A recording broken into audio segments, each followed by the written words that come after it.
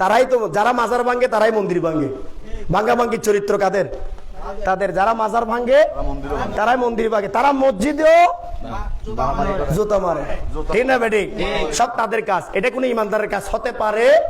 কোনো ইমানদারের কাজ করতে পারে? যেখানে আপনি সিজদা দিবেন, আমরা তো অনেক সময় মসজিদের ভিতরে বাক্স আছে, এরপরেও খারাপ লাগে জুতাটা নিয়ে যে বক্সে যায়, সে মসজিদের ভিতরে যায়, চোর থেকে সাবধান হওয়ার জন্য এই কাজটা বাধ্য হয়ে করতে হয়, কিন্তু মনে মনে কষ্ট লাগে, এই জুতাটা নিয়ে আমি মসজিদের ভিতরে যাচ্ছি, কি আদবের বরখেলাপ হয়ে যাচ্ছে, একটু কষ্ট পাই আমরা। আর সেখানে বক্স তো নিক্ষেপ করলো, জুতাগুলো পড়লো, একজন অপরজনকে জুতা নিক্ষেপ করছে জুমার নামাজ। এরকম ঘটনাও ঘটছে কিনা বাংলাদেশে? বলেন ঘটছে কিনা? এর আগে মসজিদে আগুন দেওয়ার ঘটনাও ঘটছে, একই মসজিদে, বাইতুল মুকাররমে।